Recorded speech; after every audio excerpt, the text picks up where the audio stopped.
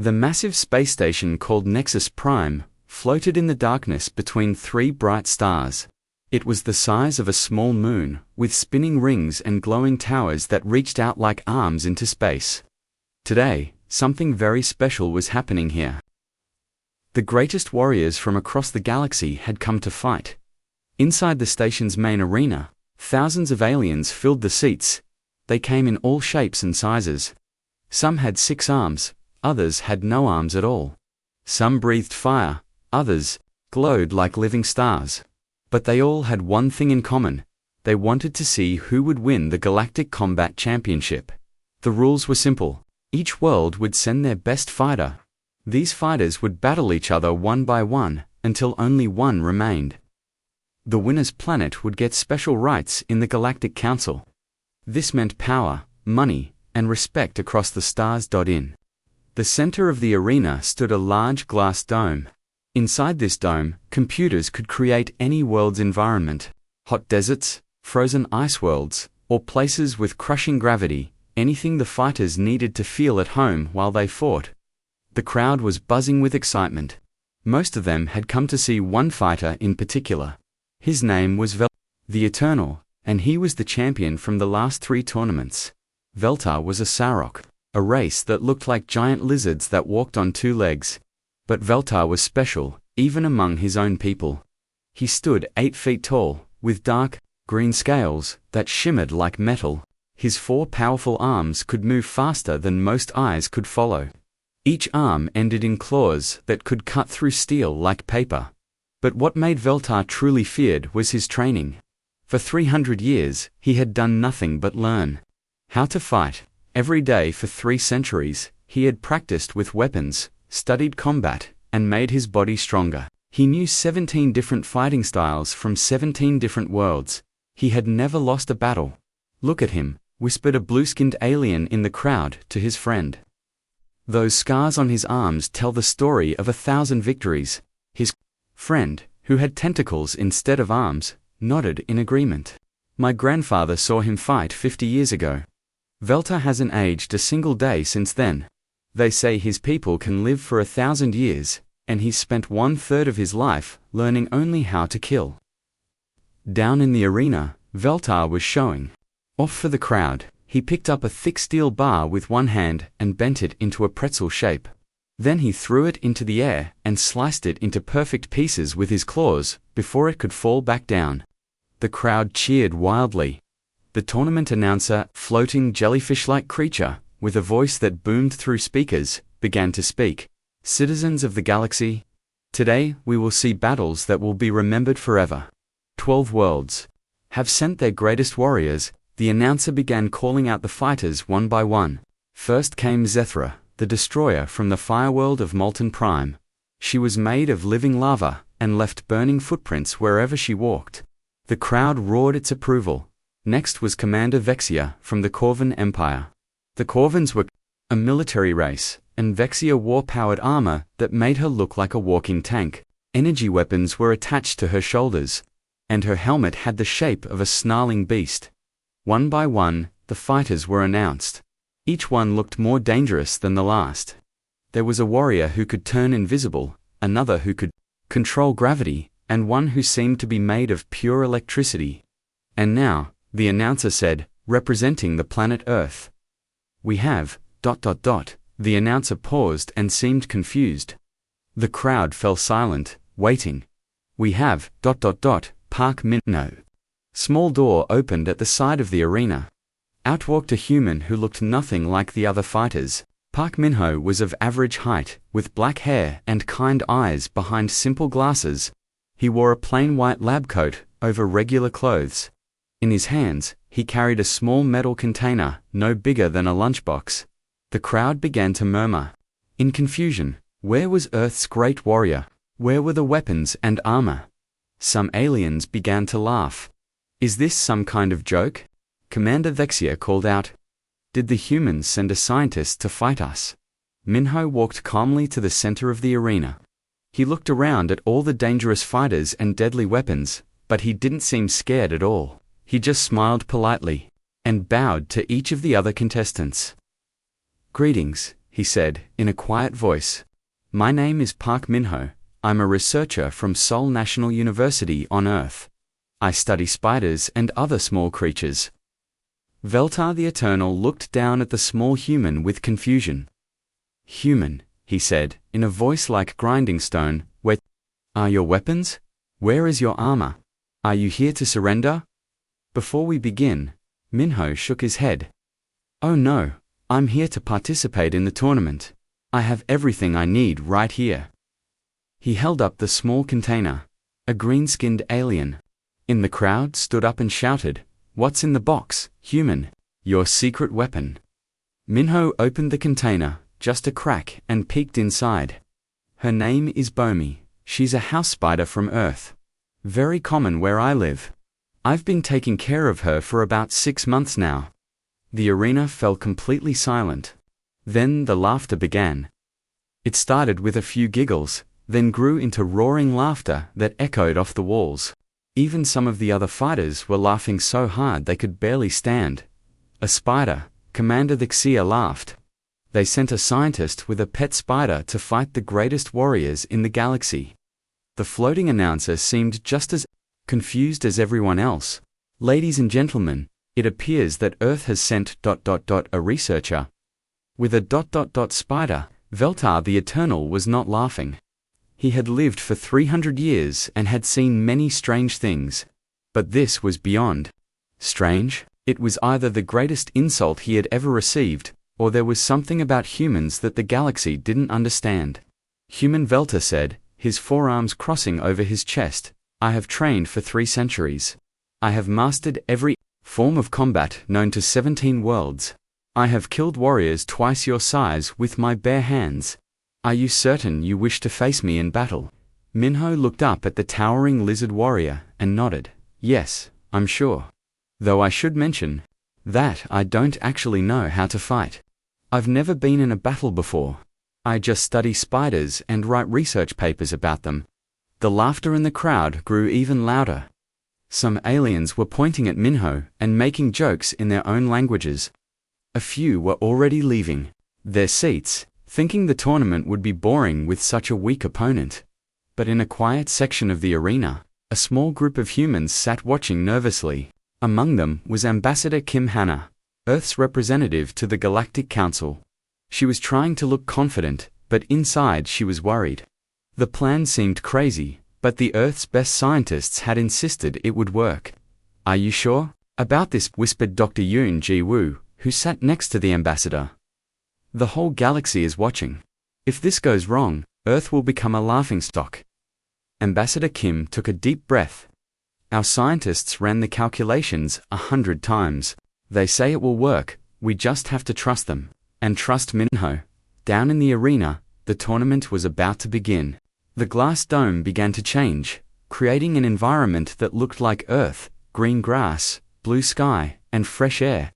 Since Minho was the smallest and seemed the weakest, the other fighters had agreed to let him go first against Veltar. This will be over quickly, Veltar said, flexing his forearms. His claws extended with a sharp clicking sound. I will make it painless. Little human. Minho just smiled and patted his container gently. Thank you for being kind, Bomi, and I appreciate it. The crowd fell silent as the 2 fighters faced each other in the dome. On one side stood a warrior trained for 300 years, with claws that could cut steel and strength that could crush stone. On the other side stood a quiet scientist with a spider in a box. Nobody in the galaxy could have predicted what would happen next. The news about Earth's strange fighter spread across the galaxy faster than light. On every world, beings were talking about the human who brought a spider to fight the greatest warriors in the universe. Most of them thought it was the funniest joke they had ever heard. On the war planet of Korva, soldiers gathered around screens to watch the tournament. They slapped their armored knees and roared with laughter when they saw Park Minho holding his small container. Look at this, Commander the Kezia said to her troops through the communication system. The humans think they can win with a tiny bug. This proves what I've always said. Humans are too weak and stupid to deserve a place in the Galactic Council. Her soldiers cheered in agreement. The Corvins had always believed that only the strong should rule. To them, sending a scientist instead of a warrior was the ultimate sign of weakness. On the crystal world of Zenith Prime, the elegant crystal beings laughed in their musical voices. "How delightfully primitive," said their leader, her body sparkling. "Like a diamond, the humans clearly don't understand what this tournament means. Perhaps we should explain it to them after their fighter is defeated in seconds." Even on peaceful worlds, people were making jokes. Street vendors sold toy spiders, with signs that said Earth's secret weapon. Comedy shows on a dozen planets made fun of the humans who thought a bug could fight a real warrior. Back on Nexus Prime, the other fighters were having their own reactions. Most of them felt insulted that they had to share the arena with such a weak opponent. Zethra, the destroyer, whose body was made of living fire, spoke in a voice like crackling flames. "I have burned entire armies to ash. I have melted mountains with my bare hands. And now I must watch this, this comedy show." The invisible warrior from the shadow world whispered, "Perhaps this is Earth's way of surrendering without losing. Face, they send someone who obviously cannot win, so no one expects them to fight seriously." But the most angry was Commander Vexia. She had spent her whole life preparing for war. Her people had conquered 12 worlds through strength and discipline.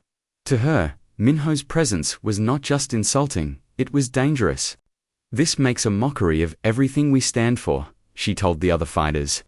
"If we allow this joke to continue, other weak worlds will think they can send anyone to our sacred tournament.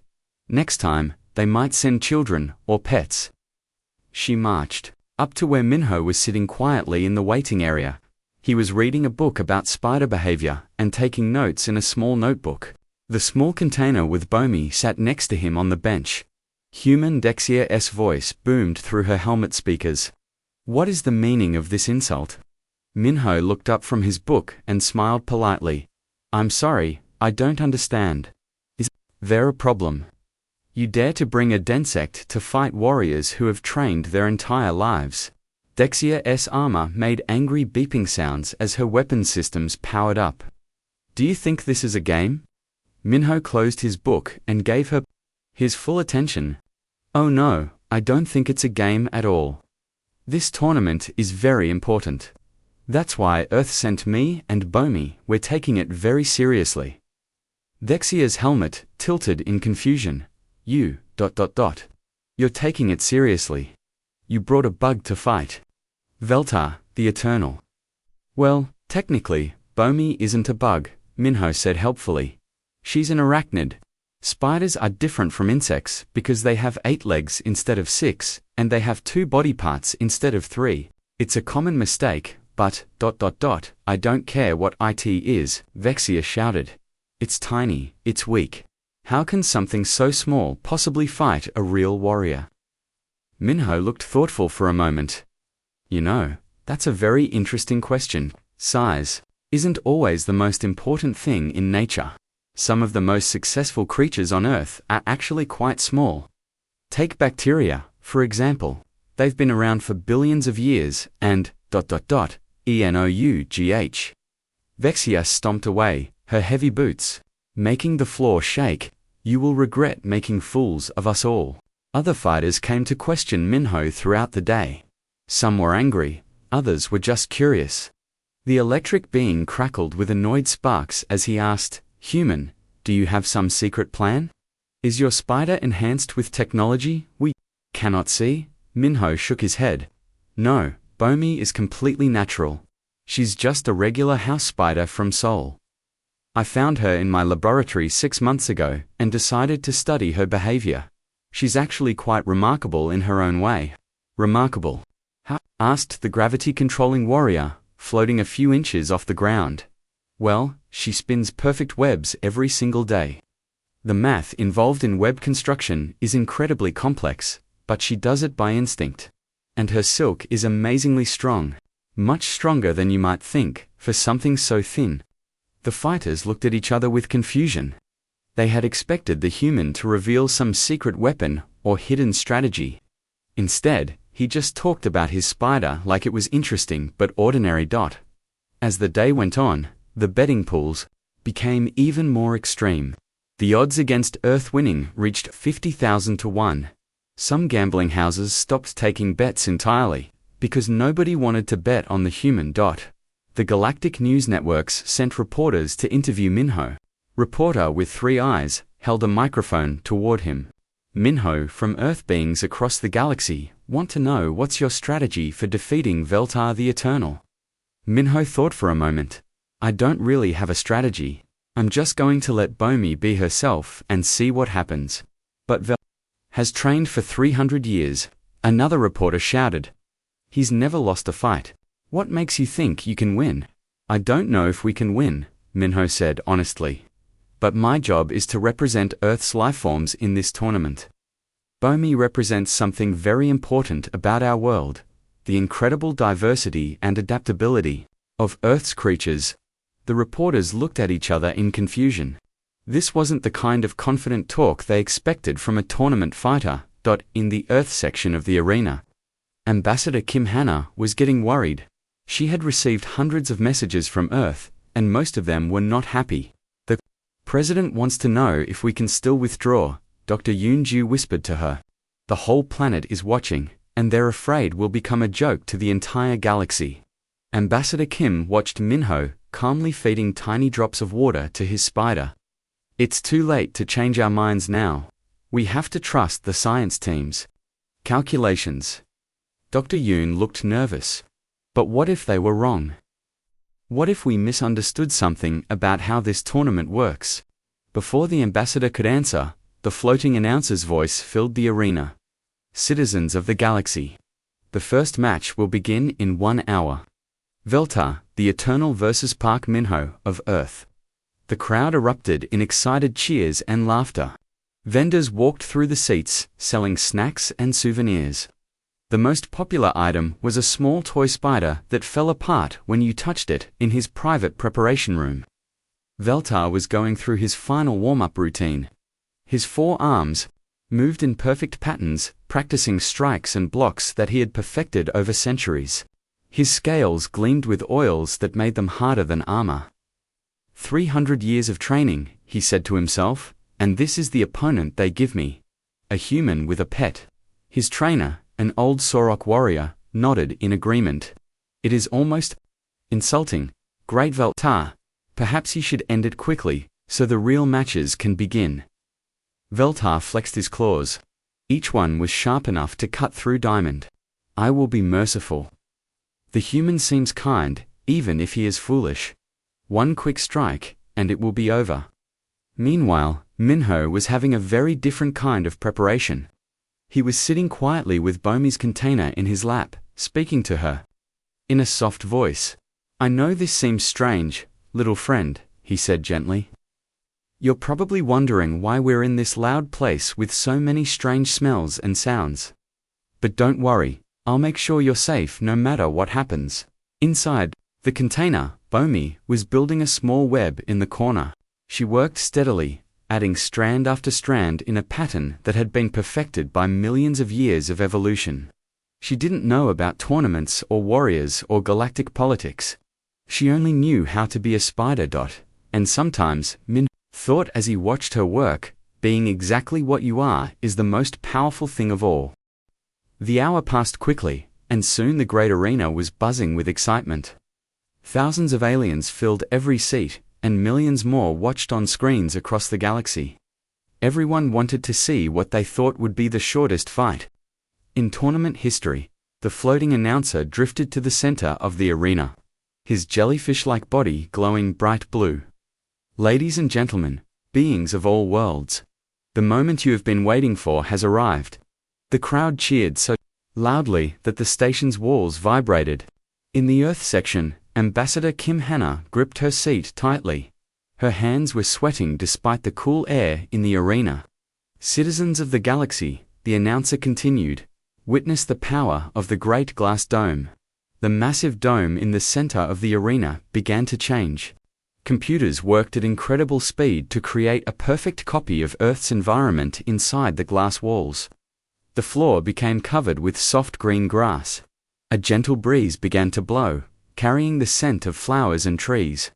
Above, an artificial sky appeared, complete with white clouds and warm sunlight.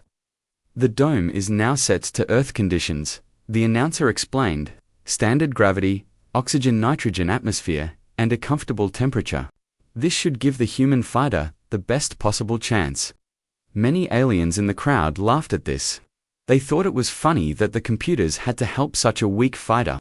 What they didn't know was that Earth's gravity was actually heavier than most worlds, and its atmosphere was thicker than what most species preferred. Two doors opened on opposite sides of the dome. From the left door came Veltar, the Eternal, and the crowd exploded in cheers. The great Saurok warrior walked slowly into the dome, his forearms swinging confidently at his sides. His dark green scales caught the artificial sunlight and shimmered. Like metal armor, Veltar had decided not to bring any weapons. He wanted to show the galaxy that he was so superior to this human that he didn't need tools to win. His claws alone would be enough. From the right door came Park Minho carrying his small container. The cheers turned to laughter and a few boos. He looked tiny compared to Veltar, like a child standing next to a giant. But Minho didn't seem bothered by the noise. He walked calmly to his side of the dome and set the container down gently on the grass. "Look at the size difference," shouted a six-armed alien in the crowd.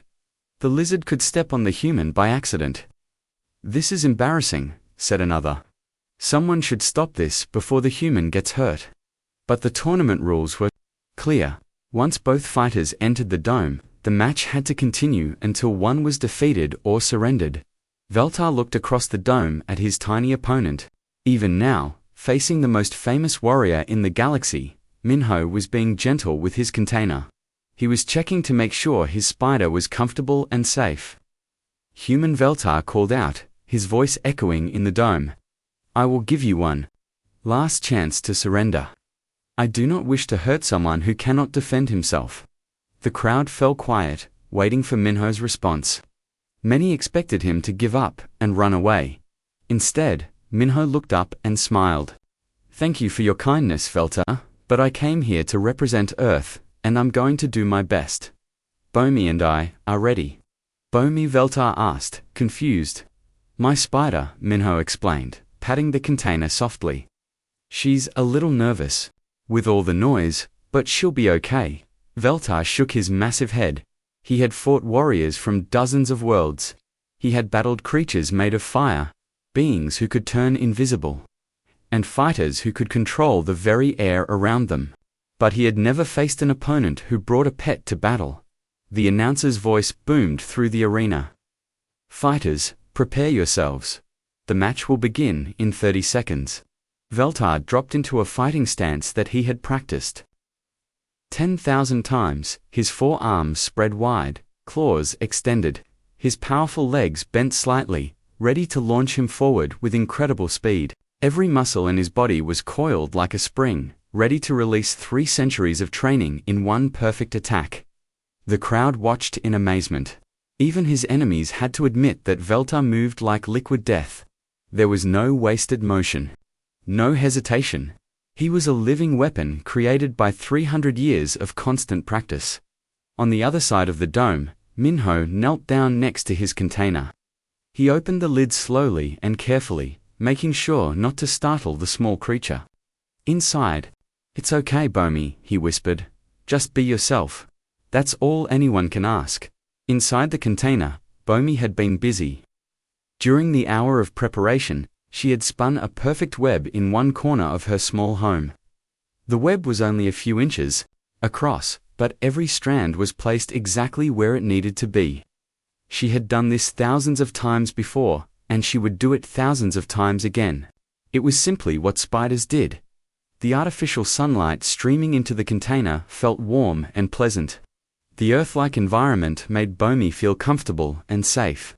She had no idea that millions of beings across the galaxy were watching her. She only knew that this was a good place to be a spider. 10 seconds. The announcer called out. Veltar's eyes locked onto his target. He calculated distance, speed, and angle of attack. His first strike would be swift and merciful. He would Use his lower right arm to knock the human unconscious quickly. The fight would be over before the poor creature knew what happened. 5 seconds.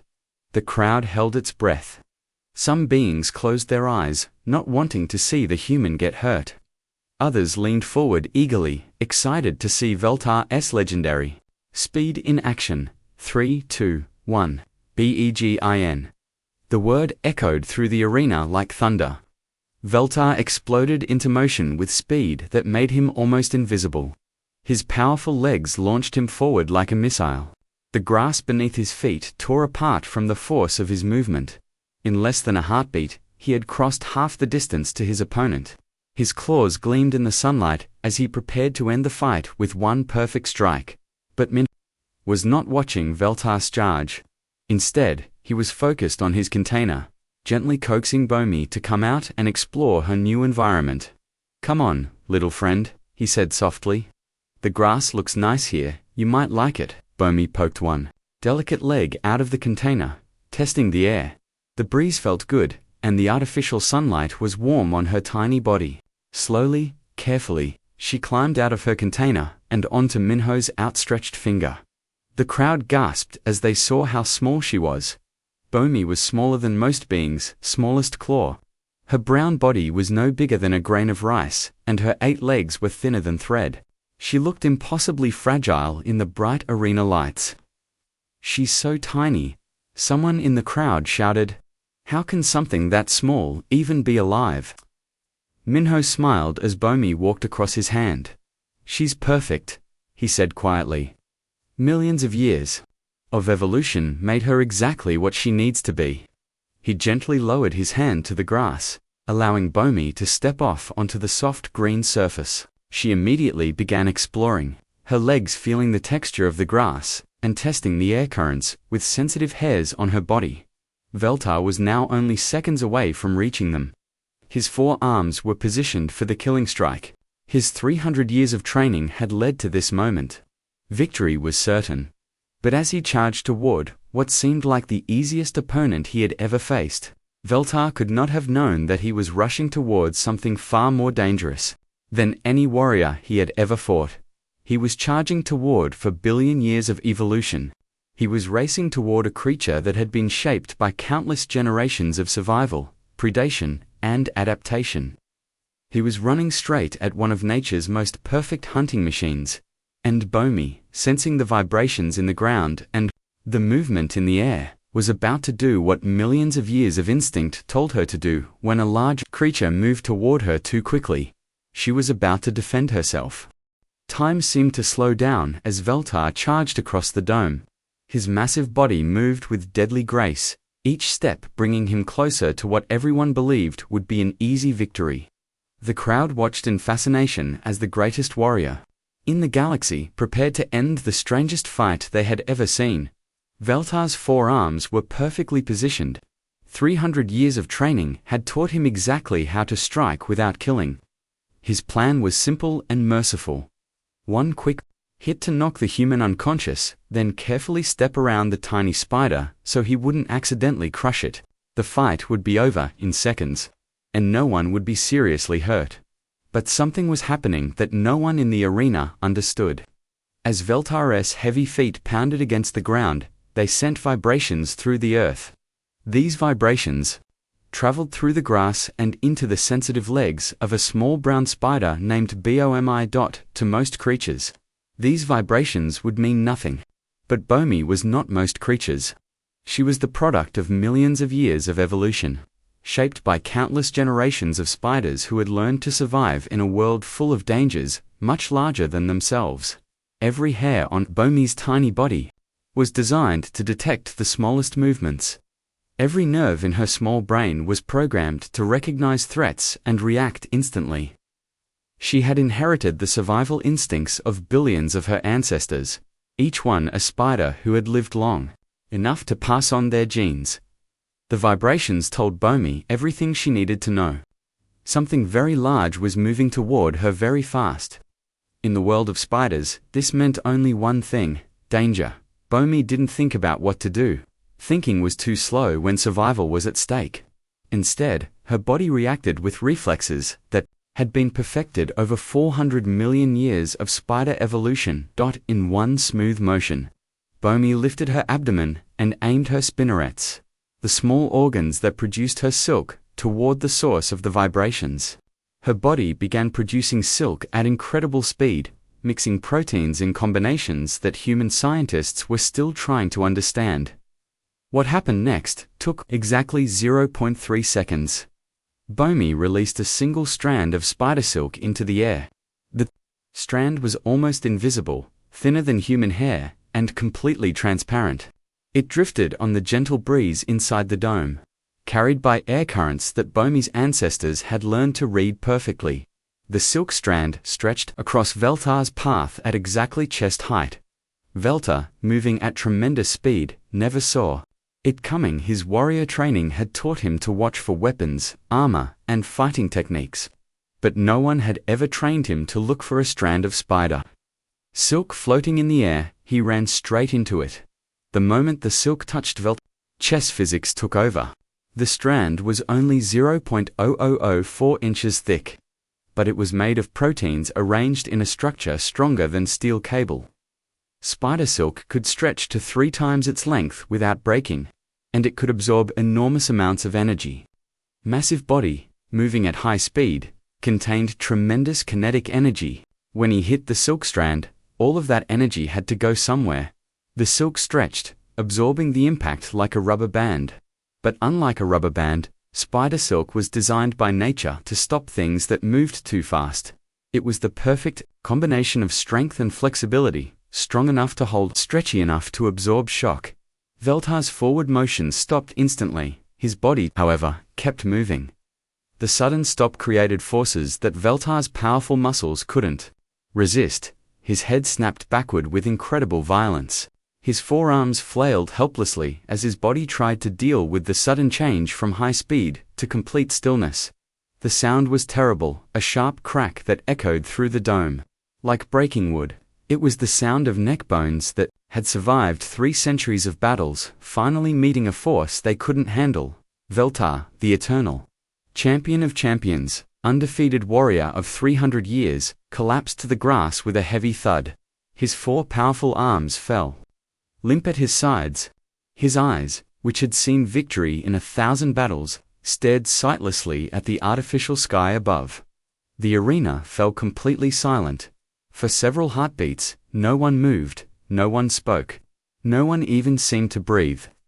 The silence was so complete that the only sound was the gentle humming of the dome's environmental systems. Then someone in the crowd whispered, "What?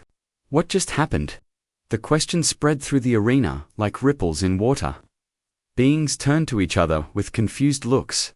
They had seen Veltar charge forward at incredible speed.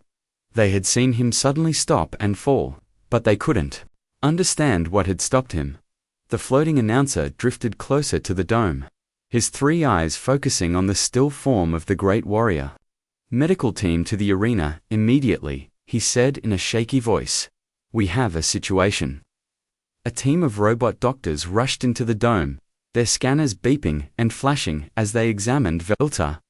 The readings they got made no sense at first. How could the galaxy's greatest warrior be injured when his opponent had never even moved? "His neck is broken," reported the lead medical robot in a flat, electronic voice. "Severe damage to the upper spine.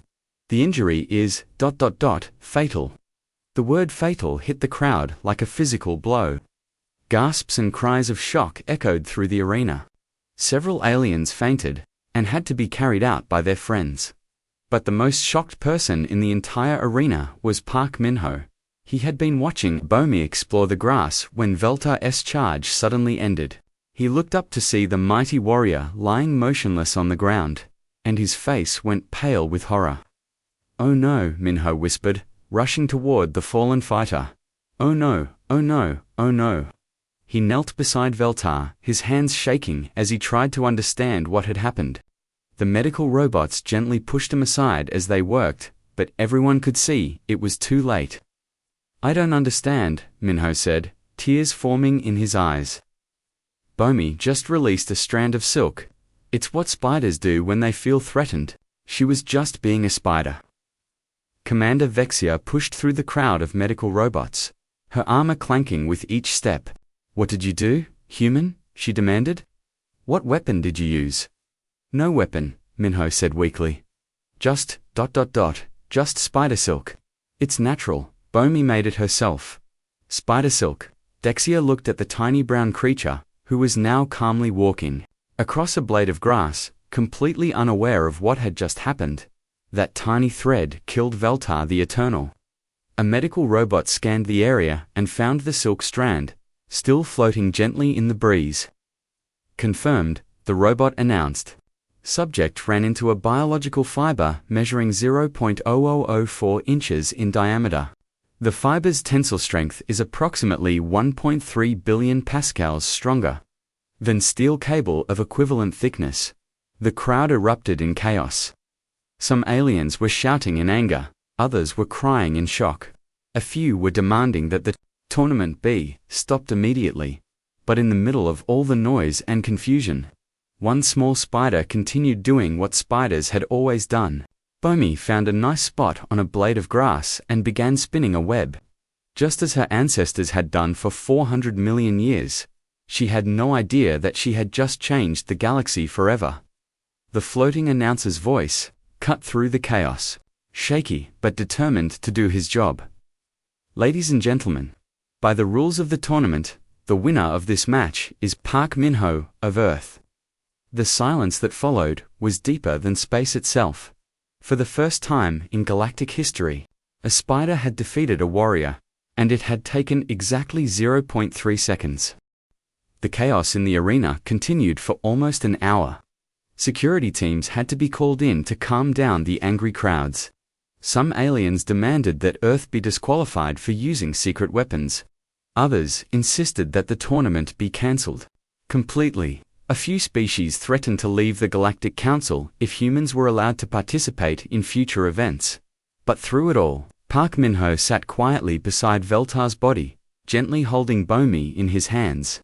Tears ran down his face as he watched the medical teams work uselessly on the great warrior. "I'm so sorry," he whispered to Veltar, even though the Sarok could no longer hear him. "This wasn't supposed to happen. Bomi was just scared. She didn't."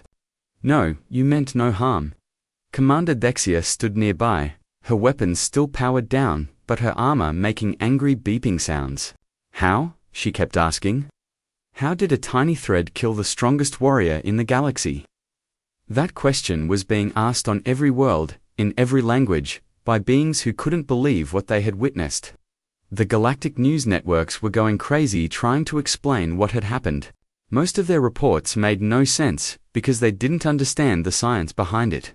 Finally, Ambassador Kim Hanna stood up in the Earth section and activated her communicator. "May I have everyone's attention, please?" Her voice echoed through the arena's speakers. The noise slowly died down as thousands of alien eyes turned toward her. She was a small human woman facing an arena full of angry, confused, and frightened beings from across the galaxy. "I know you all have questions," Ambassador Kim said in a calm, clear voice. "I think it's time we helped you understand what just happened here." She gestured to a woman sitting beside her.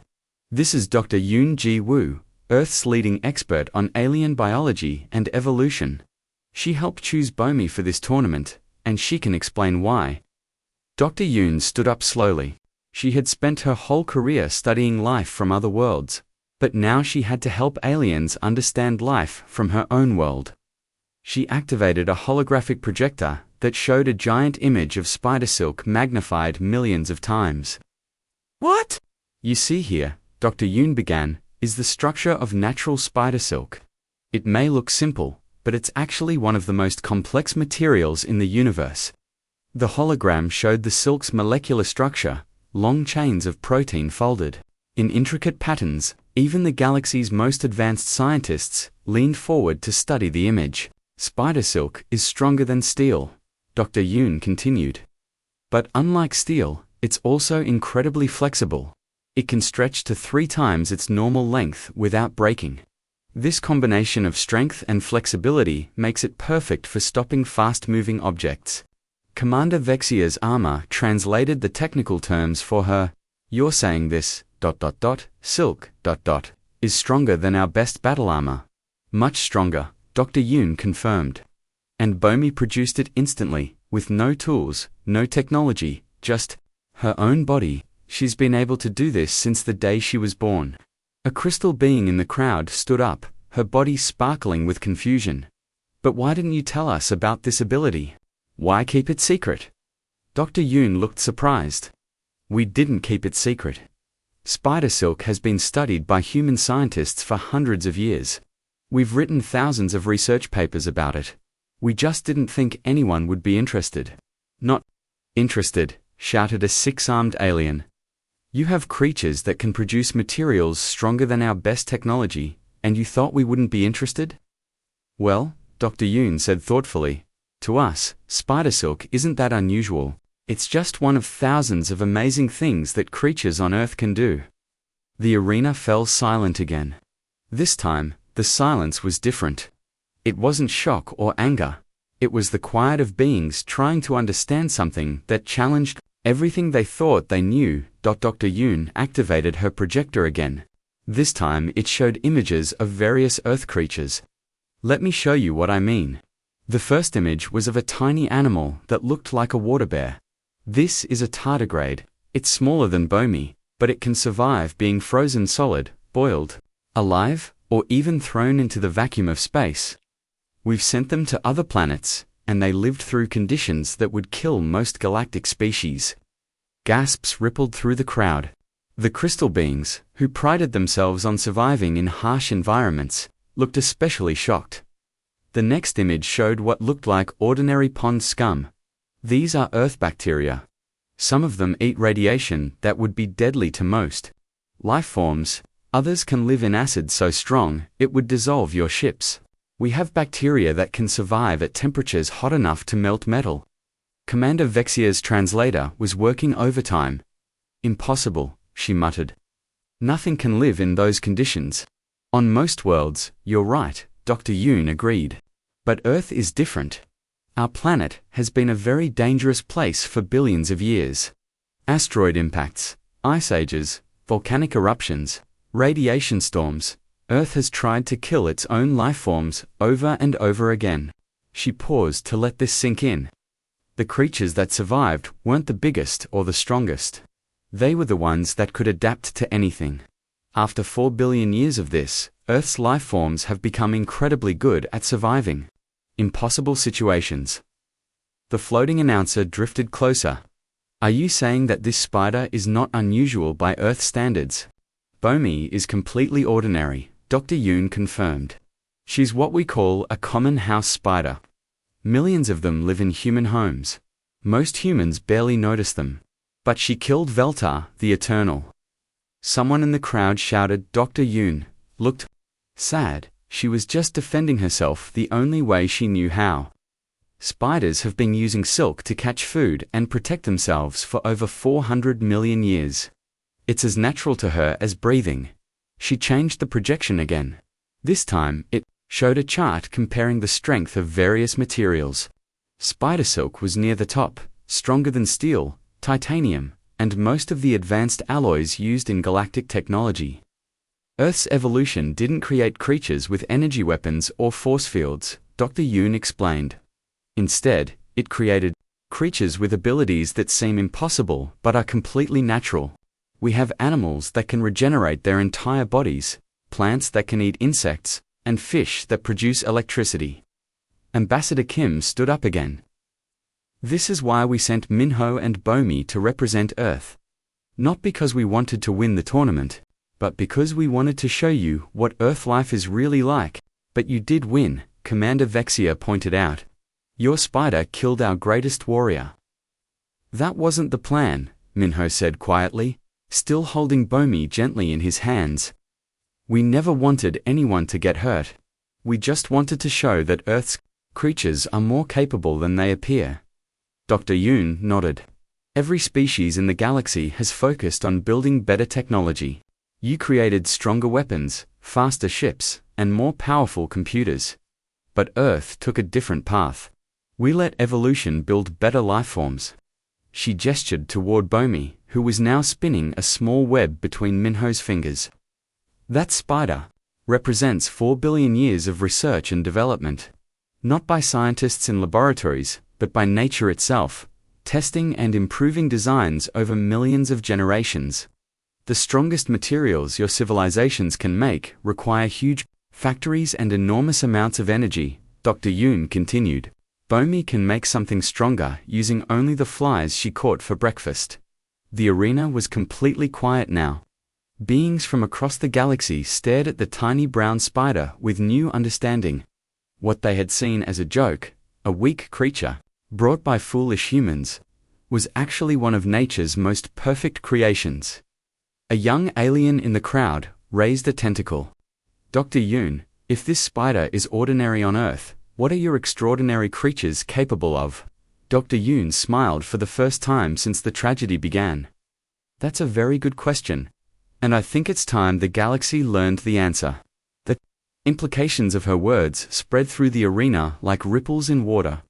If a common house spider could kill their greatest warrior in 0.3 seconds, what could Earth's predators do?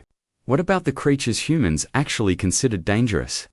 For the first time in galactic history, other species began to realize that humanity might not be the weak, primitive race they had assumed. Earth had just announced itself to the galaxy in the most dramatic way possible, and they had done it with a spider. 3 months after the tournament, the galaxy was a very different place. On every world, scientists were studying new information about Earth's creatures. Research stations that had ignored biological studies for centuries suddenly found themselves desperate for any data about Earth's evolution. The most requested documents in the Galactic Library were human research papers about spiders, bacteria, and other simple life forms. The tournament had been cancelled after Veltara's death, but everyone agreed that Earth had won by default. More importantly, Earth was immediately granted full membership in the Galactic Council, with special advisory status.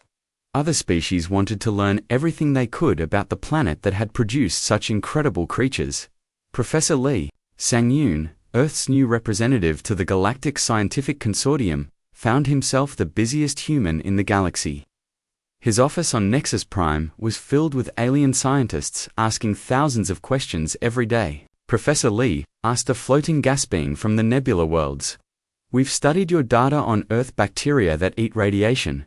Our homeworld has areas contaminated by ancient wars. Could these bacteria help us clean them?"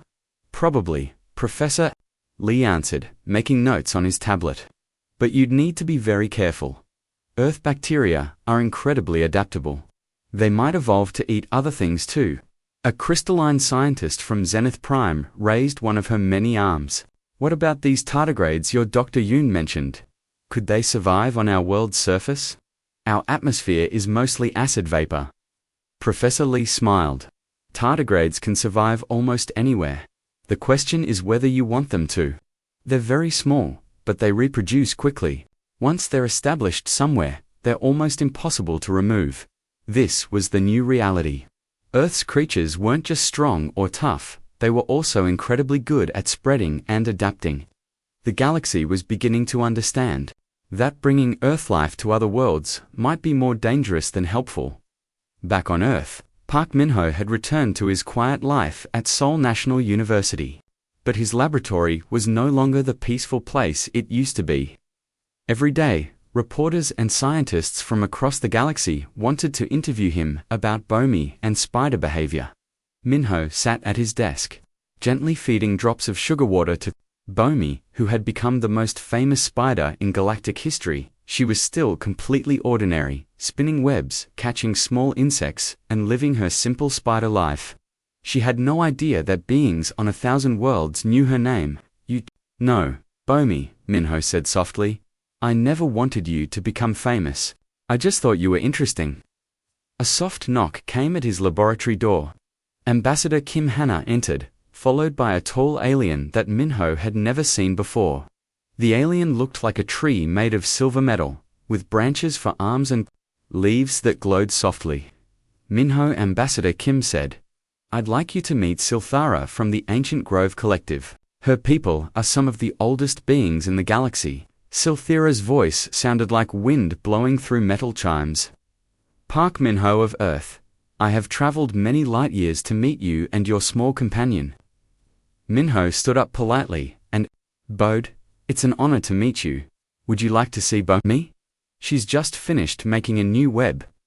The ancient being moved closer to the small habitat where Bomi lived. Her glowing leaves brightened as she studied the tiny spider. Remarkable. In all my 10,000 years of life, I have never seen such perfect biological engineering. Engineering? Minho asked, confused. Your spider's silk, Silthera explained. My people are master builders. We have created structures that last for millions of years. But we need massive tools and centuries of planning. Your Bomi creates something stronger than our best materials in seconds, using only her own body. She turned to face Minho directly. This is why my people wish to propose something important to the Galactic Council. We want to create the Earth Biosphere Protection Initiative. Ambassador Kim looked surprised. What exactly would that involve? Silthera's leaves rustled with what might have been excitement. Earth's creatures are too valuable to risk losing. We want to help protect your world's incredible diversity, and we want to study how evolution created such amazing abilities. But there's a condition, she continued. Earth's lifeforms must never be used as weapons. What happened to Veltar was an accident, but it showed us how dangerous your creatures could be if someone tried to use them for war. Over the following weeks, the Earth Biosphere Protection Initiative became the most discussed topic in galactic politics. The proposal was simple. Earth would share its biological knowledge with the galaxy, and in return, the galaxy would help protect Earth's environment and promise never to use Earth's creatures for military purposes. Some species opposed the idea. Commander Vexia and the military Corvins argued that Earth was too dangerous to be trusted. They killed our greatest warrior with a house pet, she said during one heated council session. What happens when they decide to send real predators? But other species supported the initiative strongly. The crystal beings wanted to learn how Earth's creatures survived in harsh environments. The gas beings were fascinated by Earth's bacteria that could live anywhere. Even some military species saw the value in understanding biological solutions to problems their technology couldn't solve. The vote was close, but the initiative passed. Earth officially became the galaxy's first protected biosphere world, with special status that recognized both the incredible value and potential danger of its lifeforms. Dr. Yoon Ji-woo was chosen to head the new Earth Biological Research Center. On Nexus Prime, her first presentation to the galactic scientific community was watched by billions of beings across hundreds of worlds. Today, we're going to talk about sharks, she announced, activating a hologram that showed a great white shark swimming through blue water. The audience of alien scientists leaned forward eagerly. They had learned that when humans talked about their ordinary creatures, the results were usually anything but ordinary. Sharks have been swimming in Earth's oceans for over 400 million years, Dr. Yoon continued. They survived the asteroid that killed the dinosaurs. They survived multiple ice ages. They've barely changed in all that time, because they were already perfect. The hologram zoomed in to show the shark's skin. Shark skin is covered in tiny scales called dent. These scales reduce drag so efficiently that human engineers have been trying to copy them for decades. But that's not the interesting part. She smiled in a way that made the alien scientists nervous. The interesting part is that sharks can sense the electrical fields produced by other living things. They can detect a single heartbeat from miles away.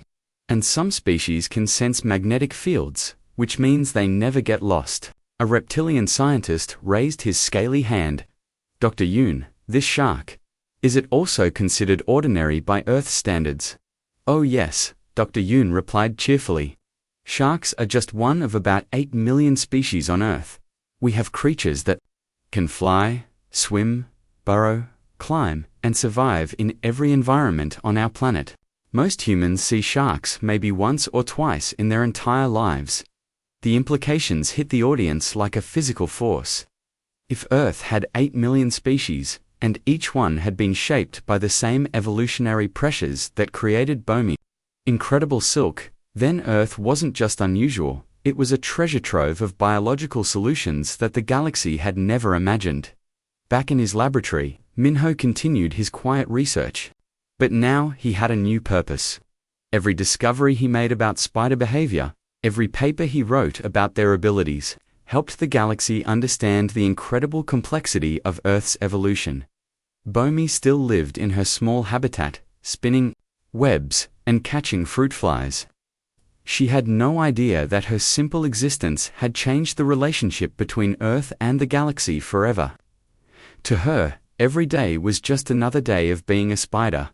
But sometimes, when the afternoon sun shone through the laboratory window just right, Minho would watch her work and remember that amazing moment in the arena. In 0.3 seconds, one small spider had shown the galaxy that the universe was far more wonderful and dangerous than they had ever imagined. "You know what, Bohmi?" Minho said one quiet evening as he watched her spin a perfect web. "I think this is just the beginning." Outside his window, Earth continued its ancient dance around the sun, carrying 8 million species that had been shaped by 4 billion years of evolution. The galaxy was finally beginning to understand what that meant. And in laboratories and research stations across 1,000 worlds, alien scientists were asking a new question. If a common house spider could do that, what else was Earth hiding? The answer, they were beginning to realize, was everything.